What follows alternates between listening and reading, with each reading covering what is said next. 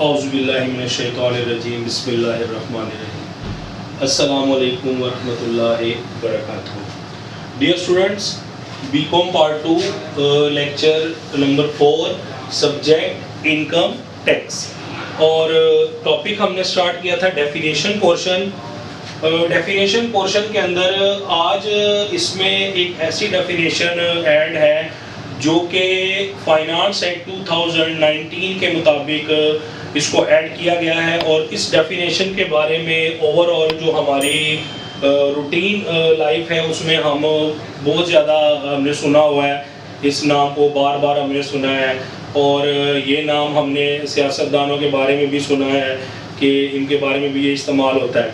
जैसे आपको नज़र आ रहा होगा कि मैंने लिखा हुआ है ऑफशोर एसेट। ऑफशोर एसेट क्या है?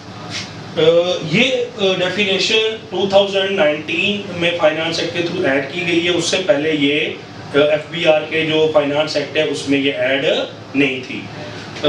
इसको कैसे एक्सप्लेन करना है ऑफशोर एसेट को? कोई भी ऐसा एसेट जो कि पाकिस्तान से बाहर बनाया गया है, एक टैक्स पेयर है, उस टैक्स पेयर का कोई भी एसेट जो कि पाकिस्तान से बाहर है, चाहे वो मिसाल के तौर पर टेंजिबल एसेट है या इनटेंजिबल एसेट है। टेंजिबल एसेट आपको पता है वो एसेट होता है जो कि फिजिकल एग्जिस्टेंस रखता है। मिसाल के तौर पर लोगों की जायदाद वगैरह है, बड़ी बड़ी हैवी मशीनरीज वगैरह, फैक्ट्रीज वगैरह लगाई है, लेकिन वो एक टैक्स पेयर ने अपनी रिटर्न के अंदर, अपनी वेल्थ स्टेटमेंट के अंदर अगर पाकिस्तान में उसको क्या किया है, अपनी वेल्थ स्टेटमेंट में उसको शो नहीं किया है, तो अगर ऑथेंटिकेटेड इंफॉर्मेशन आ जाती है स्टेट गवर्नमेंट के पास कि ये जो टैक्स पेयर है इसकी जायदाद किसी दूसरे मुल्क के अंदर है, वो बेटा फिर कहलाएगा ऑफशोर एसेट। यानी ऑफशोर एक इडियम है इन इटसेल्फ और इसका मतलब यही होता है कि जो जिसे डिस्क्लोज ना किया गया हो, ठीक है, मतलब छुपाया हो जिसको। तो अक्सर हमारे साइंसदान है, जैसे आप कहते हैं कि ऑफशोर कंपनीज हैं, बाहर के मुल्कों में कंपनी है जिसके बारे में किसी को पता नहीं है, बाहर के मुल्क में एसेट्स हैं, ऑफशोर एसेट्स हैं जिसके बारे में पता नहीं है। तो ये वो एसेट्स होते हैं, लेकिन ये पाकिस्तान की जियोग्राफिकल बाउंड्री के अंदर नहीं होते हैं, ये आउटसाइड पाकिस्तान होते हैं। दूसरे ममालिक जैसे कि यूरोपियन कंट्रीज हो गया, ठीक है, और उसमें दूसरे अमेरिका वगैरह इस तरह के मुल्कों में अगर किसी भी टैक्स पेयर का कोई एसेट है जो उसने अभी तक अपनी वेल्थ स्टेटमेंट के अंदर उसको क्या किया है, डिक्लेयर नहीं किया, तो वो क्या कहलाएगा, ऑफशोर एसेट कहलाएगा। उसके बाद सेकंड जो डेफिनेशन है that is relevant to tax payer. Tax payer क्या है? Tax payer a person who pays tax regularly, a person whose name is in the ATL list, ठीक है। टैक्स पेयर वो होता है जो मुल्क के अंदर अपनी जिम्मेदारी समझते हुए उस मुल्क के कानून के मुताबिक जितनी उसकी इनकम है, उस इनकम के ऊपर उसका जितना टैक्स बनता है वो टैक्स वो पे करता है, उसे हम क्या कहते हैं, टैक्स पेयर कहते हैं। टैक्स पेयर में इंडिविजुअल भी हो सकता है, लाइक अगर मैं सैलरीड इंडिविजुअल हूँ, मैं सैलरी लेता हूँ तो मैं इंडिविजुअल कैटेगरी में आऊँगा, या मेरा छोटा मोटा बिजनेस है वो भी इंडिविजुअल कैटेगरी के अंदर आएगा। कंपनीज वो भी टैक्स पेयर होती हैं, इंडिविजुअल भी टैक्स पेयर होता है। एसोसिएशन ऑफ पर्सन जिसके बारे में आपको पता है कि जब दो या दो से ज्यादा बंदे मिलके कोई बिजनेस स्टार्ट करते हैं और एक पहले से ही रेशो उनके दरमियान एग्रीड हो जाती है कि दो पर्सन जो है उनकी रेशो 40-40% होगी और एक पार्टनर की जो रेशो है वो कितनी होगी, 20% होगी। यानी अगर 3 पार्टनर है, partner number 1, partner number 2, partner number 3, एक की 40% है, दूसरे की भी 40% है और एक की कितनी है, 20%। सबको मिला लिया जाए तो ये कितना बन गया, 100% बन गया। यानी वो तीनों पार्टनर एसोसिएशन ऑफ पर्सन के अंदर वो जो प्रॉफिट होगा वो उनमें इसी रेशो से डिवाइड होगा, लेकिन जो वो कैपिटल बिजनेस के अंदर इन्वेस्ट करेंगे वो भी इसी रेशो से क्या करेंगे, इन्वेस्ट करेंगे। इन शॉर्ट वो एसोसिएशन ऑफ पर्सन भी टैक्स पेयर होगा। जिस नाम से वो कंपनी बनाई जाएगी, एसोसिएशन ऑफ पर्सन फॉर्म बनाई जाएगी, उसके ऊपर उसके हवाले से टैक्स रेट्स अप्लाई होंगे। उसके बाद थर्डली बेटा है बिजनेस। बिजनेस इन इटसेल्फ एक ब्रॉडर टर्म है। बिजनेस के अंदर ही कई कैटेगरीज आती है। तो बिजनेस में जो पहला पॉइंट है वो है मैन्युफैक्चरिंग। कुछ लोगों का बिजनेस होता है कि गुड्स को मैन्युफैक्चर करना, चीजें बनाना, बना के आगे उसको क्या करना, सेल करना, लोगों को पहुंचाना। मैन्युफैक्चरिंग के अंदर आपको पता है, आप फाइनल अकाउंट बनाते हैं ट्रेडिंग के अंदर, कि मैन्युफैक्चरिंग में हम परचेज हम करते हैं माल, फिर क्या करते हैं, ओपनिंग क्लोजिंग स्टॉक को एडजस्ट करते हैं, उसके बाद वेजेस वगैरह, ये सारी मतलब ये है कि मैन्युफैक्चरिंग के अंदर चीज बनती है। चीज बनाने के लिए हमें सबसे पहले मटेरियल की जरूरत होती है। हम रॉ मटेरियल परचेज करते हैं, उस रॉ मटेरियल के ऊपर हम लेबर वगैरह लगाते हैं। इस तरह फिर वो एक प्रॉपर प्रोसेस के थ्रू क्या होती है, जो चीजें होती है वो फिनिश गुड्स में कन्वर्ट होती है। तो मैन्युफैक्चरिंग का ताल्लुक इससे है कि जिसमें गुड्स क्या होती हैं, बनती है, रॉ मटेरियल को फिनिश गुड्स में कन्वर्ट किया जाता है। इसी का सेकंड पार्ट है ट्रेड, क्योंकि ये आगे बिजनेस के अंदर ना, इसके अंदर ये सब पॉइंट्स बने हुए हैं। 2018 में उसने ये मैन्युफैक्चरिंग के बारे में पूछ लिया था।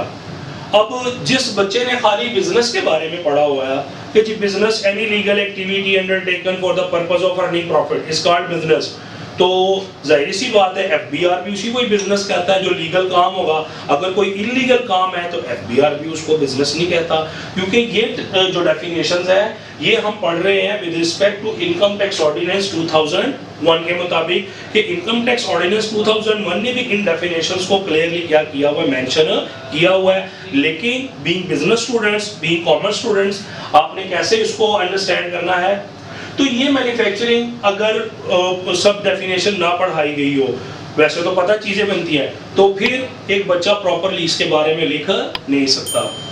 ट्रेड में हमें पता है कि बनी बनाई चीजों का क्या होता है, जिसे हम ये भी कहते हैं goods are exchange for money, ठीक है, कि चीजों का तबादला पैसों के बदले में होता है। यानी ट्रेड के अंदर क्या होता है, बनी बनाई चीजें होती है, जस्ट वो चीजें क्या होती है एक हाथ से दूसरे हाथ में, दूसरे हाथ से तीसरे हाथ में, और इस तरह होते हुए एक चेन के थ्रू वो एंड कंज्यूमर तक, जिसे हम फाइनल कंज्यूमर कहते हैं, जो खत्मी सारिफ होता है, चीज को इस्तेमाल करने वाला होता है, उस तक वो चीज पहुंचती है। यानी ट्रेड भी ये क्या है, बिजनेस का एक हिस्सा है। उसके बाद बेटा डिविडेंड। डिविडेंड के हवाले से जैसे हमें पता है कि जब एक पर्सन किसी कंपनी के अंदर इन्वेस्टमेंट करता है, किसी कंपनी के शेयर्स परचेज करता है, तो शेयर्स के ऊपर जो प्रॉफिट होता है आमतौर पर, जैसे बिजनेस में अगर हम पैसा लगाते हैं तो बिजनेस में जो प्रॉफिट, जो पैसा हमें मिलता है, जो प्रॉफिट होता है उसको हम सिंपली प्रॉफिट का नाम देते हैं। और अगर कोई पर्सन क्या करता है, किसी कंपनी के शेयर परचेज करता है, तो कंपनी के अंदर आपकी इन्वेस्टमेंट हो गई, कंपनी ने जो प्रॉफिट कमाया उस प्रॉफिट में से कंपनी आपके शेयर्स के ऊपर आपका जितना बनता है प्रॉफिट, वो आपको जो कंपनी देगी उसे हम बिजनेस लैंग्वेज में नाम देते हैं डिविडेंड का।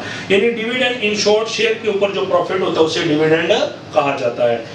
डिविडेंड, कुछ शेयर ऐसे होते हैं जिनका डिविडेंड फिक्स होता है, फिक्स रेट के मुताबिक होता है। तो डिविडेंड जो है, डिविडेंड का जितना भी आता है, इसको जब हम इनकम टैक्स के अंदर ट्रीट करते हैं तो ये हम एफटीआर में ट्रीट करते हैं।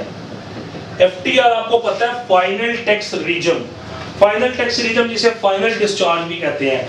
यानी ये बाकी जो 5 सेक्शन है आपके, income from salary, income from business property, income from business, income from capital gain और इनकम फ्रॉम अदर सोर्स, इन 5 सेक्शंस के अलावा सबसे लास्ट में हम एफटीआर को ट्रीट करते हैं। वो यहाँ पे हम वो चीजें ट्रीट करते हैं जिन पे एक फिक्स रेट से पहले टैक्स क्या हो जाता है, कट जाता है। जैसे प्रॉफिट ऑन डेट, इंटरेस्ट वगैरह, वो भी एक फिक्स रेट से कटता है, उसको भी हम एफटीआर में। तो डिविडेंड की कैटेगरीज होती है, कुछ शेयर्स के ऊपर डिविडेंड 12.5% के हिसाब से कटता है, कुछ के ऊपर 15% के हिसाब से भी होता है। फिर इसमें फाइलर और नॉन फाइलर के लिए भी कैटेगरीज अलग है, कि फाइलर जो होता है उसका रेट अलग होता है और नॉन फाइलर का रेट अलग होता है। तो डिविडेंड को भी जिस तरह हम डिविडेंड को कंसीडर करते हैं, ये वही डिविडेंड है, डेफिनेशन इसकी वही है, लेकिन एफपीआर में डिविडेंड को क्या किया जाता है, जब टैक्स ट्रीटमेंट की जाती है टैक्स पेयर की रिटर्न के अंदर, इसको फाइनल टैक्स रीजन में फिक्स रेट के मुताबिक इस पे पहले ही टैक्स कट जाता है और वो टैक्स कंपनी डिडक्ट करके एफबीआर गवर्नमेंट ट्रेजरी में जमा करवा देती है। और ये चूंकि एडजस्टेबल होता है, फिर इसको टैक्स पेयर भी क्या करता है, एडजस्ट करता है। और लास्ट में आज के लिए जो एक डेफिनेशन है वो है फाइलर। फाइलर कौन होता है? फाइलर वो होता है जिसका एफबीआर में स्टेटस एक्टिव होता है। फाइलर जो शख्स टाइमली अपनी इनकम टैक्स रिटर्न जमा करवाता है, लाइक इनकम टैक्स रिटर्न की जो डेट है 2019 में एफबीआर ने पहले 30 सितंबर तक रखी, फिर अक्टूबर नवंबर तक रखी, फिर दिसंबर तक बढ़ाई, फिर जनवरी तक बढ़ाई, और पहला पाकिस्तान की तारीख में ऐसा हुआ था कि इस बार जो एफबीआर की इनकम टैक्स रिटर्न जमा करवाने की डेट थी वो 2 फरवरी तक बढ़ी थी। अब ये 2 फरवरी की रिटर्न जो डेट बढ़ी थी, ये रिटर्न 2019 की थी, यानी टैक्स ईयर 2019 जो कि जुलाई 2018 से शुरू हुआ था और जून 2019 में खत्म हुआ था।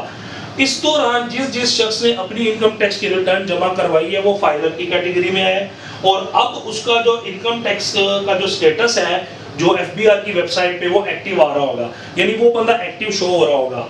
अगर वो बैंक में से मिसाल के तौर पर 50,000 से ज्यादा पैसे निकलवाएगा तो उसका 0.6% नहीं कटेगा बल्कि 0.3% कटेगा।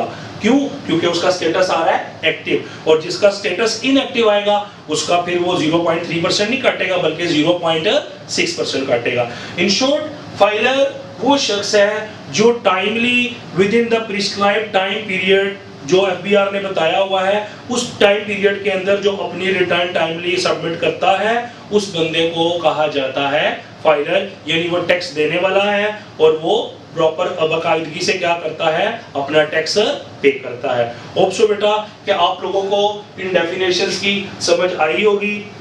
फिर भी अगर कोई पॉइंट होगा इंशाअल्लाह ताला, जैसे कि आप लोगों की आसानी के लिए और आप लोगों की अंडरस्टैंडिंग के लिए हमने ऑनलाइन जो फेस टू फेस जूम के ऊपर डिस्कशन है उसको भी अरेंज किया हुआ है। तो कोई भी आप लोगों का क्वेश्चन होगा इंशाअल्लाह ताला आप वो क्वेश्चन वहाँ पे भी पूछ सकते हैं, तो मैं कोशिश करूँगा कि मैं वहाँ पे भी आपको अच्छा जवाब उसका दे सकूँ। अपना ख्याल रखिएगा। अल्लाह हाफिज़।